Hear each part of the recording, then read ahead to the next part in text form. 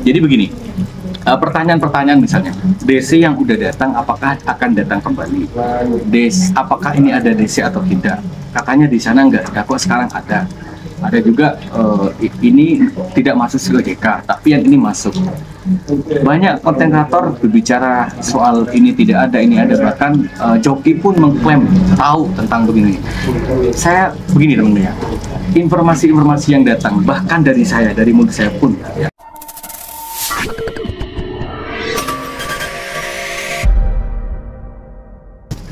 Assalamualaikum warahmatullahi wabarakatuh. Selamat siang, selamat berjumpa kembali di channel Ilmu Official.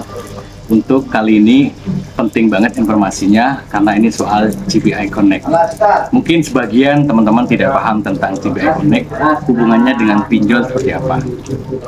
Nah, salah satu pinjol yang menggunakan jasa dari pihak ketiga yaitu GPI Connect adalah Kredit Pintar. Tetapi sebelum saya menjelaskan tentang apa sih GPI Connect dan fungsinya bagaimana, sebetulnya ini fungsinya untuk siapa dan apa juga keuntungannya untuk nasabah, dan bagaimana kemudian ketika nasabah ini akhirnya meskipun menggunakan GPI tetapi tetap situasi ekonominya tetap rendah dan kemudian dia tetap pada posisi gagal bayar. Nah, untuk konteks hari ini akan saya jelaskan secara rinci dan saya pastikan teman-teman untuk bisa teredukasi dengan baik, insya Allah seperti itu ya. Bahwa kalau kalian hari ini punya pinjaman di Kredit Pintar, itu pertama Anda tetap berada pada perlindungan yang namanya Otoritas Jasa Keuangan. Jadi Kredit Pintar ini sudah resmi dan terverifikasi dengan baik oleh pihak Otoritas Jasa Keuangan. Jadi dalam proses bisnisnya, proses lendingnya itu tentu sudah menyesuaikan dari OJK itu sendiri. Dan di tahun 2023 ini dan terakhir update di 2024, sebetulnya Kredit Pintar sudah coba menggunakan GPI Connect ini, atau yang disebut dengan pihak yang men-score atau menilai, menganalisis secara independen bagaimana data dari nasabah ini. Nah, sahabat ilmu yang saya muliakan, GPI teman-teman itu bisa mendeteksi nama, alamat, data lengkap kalian, dan nama, alamat, bahkan riwayat transaksi kalian di beberapa e-commerce. Mereka bisa mendeteksi itu dengan kemampuan mereka, dengan pihak profesionalitas mereka, dan mereka hanya menjadikan data ini sebagai data tidak tersebar, hanya sebagai fungsi dari bagaimana pihak nasabah, pihak klien, pihak perbankan ataupun platform yang kemudian menilai dengan cepat si nasabah ini punya pinjaman sekian, kemudian dia transaksinya seperti ini, offer kreditnya seperti ini, itu semua terrangkum dengan baik oleh GPI ini. Jadi GPI ini fungsinya sebagai analis kredit, tapi bukan manusia, dia lembaga perusahaan yang tersistem seperti itu, yang kemudian dikirimkan dengan cepat kepada pihak platform ataupun perbankan. Jadi maklum kalau misalnya kita install di Kredit Pintar hari ini, kita punya pinjaman banyak, pasti dia tidak ACC. Atau maklum juga kemudian kok budgetnya tetap di angka minimal 600.000. Kenapa? Karena mereka udah menggunakan GPI. Itu fungsi dari GPI. Kemudian fungsi pada kita apa? Kita tidak mudah untuk mendapatkan uang sebanyak itu di luar batas kemampuan kita. Jadi ketika kita install Kredit Pintar misalnya, kemudian kita cek kita dapat limit berapa, itu sudah disesuaikan dari riwayat transaksi kita, riwayat keuangan kita. Jadi kalau kalian misalnya punya akun di e-commerce, belanja sekian, kemudian juga di beberapa perbankan kalian seperti apa pendapatannya, bahkan juga riwayat kerja kalian, gaji kalian, bahkan juga bagaimana kalian bekerja di tempat mana, GPI ini punya data semua. Jadi jangan heran meskipun misalnya ya kalian udah melakukan private medsos ketika gagal bayar. IG udah disembunyikan, TikTok disembunyikan, misalnya LinkedIn disembunyikan, semua kalian cuman. Tapi kok bisa Kredit Pintar itu masih bisa mendeteksi tempat kerja kalian, bahkan juga masih bisa kemudian tahu di mana alamat titik postingan rumah kalian. Jangan heran. Kenapa? Karena memang kemampuan GBI Connect itu sedetail itu, begitu teman-teman.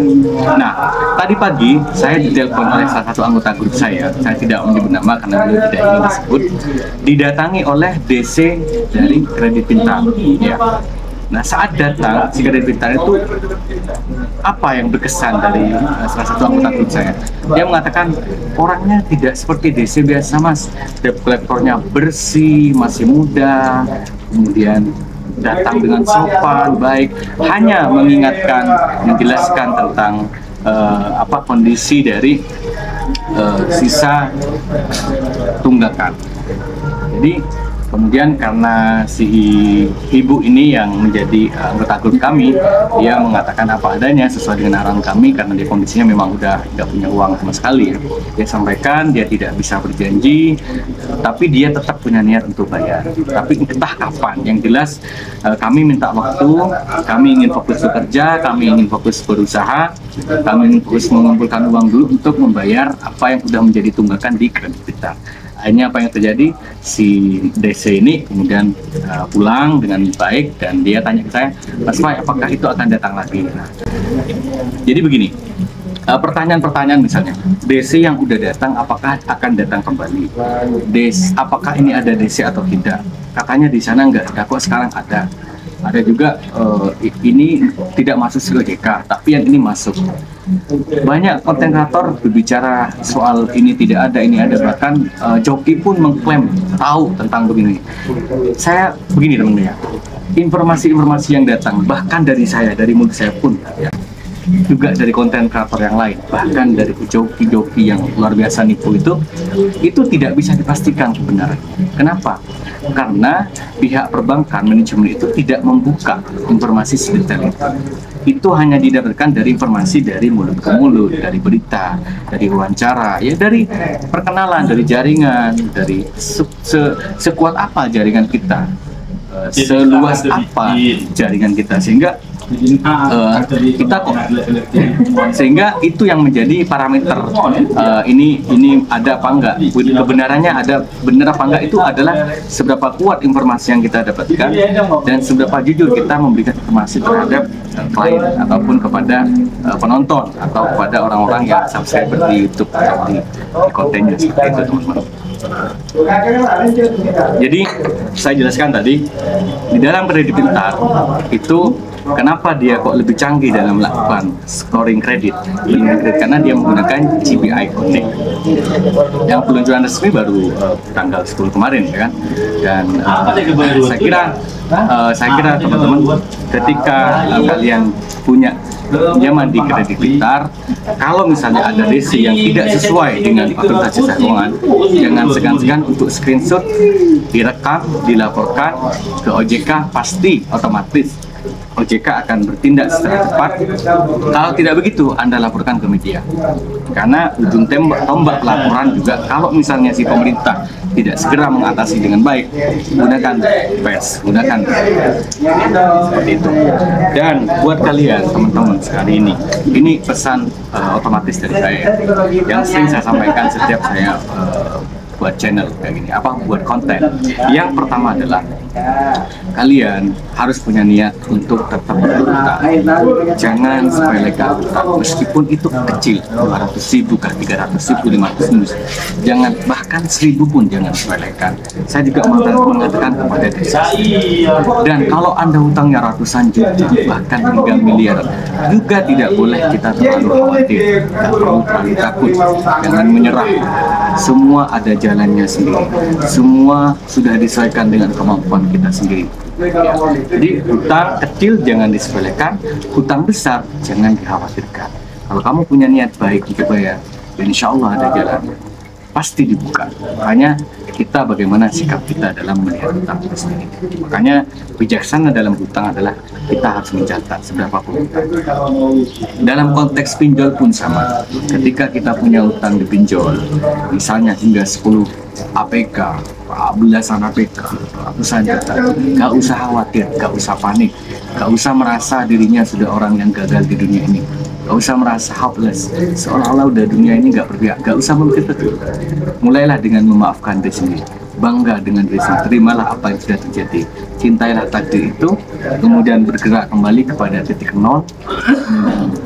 Kalau dalam konteks rohani mungkin kita harus banyak istighfar, minta pertolongan kepada Tuhan, kepada yang kita yakini itu agama masing-masing. Kemudian yang kedua, kita bekerja dengan maksimal. Biasanya nggak disiplin, mulailah untuk disiplin. Biasanya boros, mulailah untuk tidak boros. Misalnya membuang sesuatu yang tidak ada gunanya, ya pelan-pelan harus bisa hijrah dari kondisi keuangan yang kurang stabil seperti itu ya. Insya Allah kalau itu kalian lakukan, akan ada jalan yang tepat, akan ada muara yang baik, jalan yang baik, dan kalian bisa menyelesaikan hutangnya dengan baik seperti itu.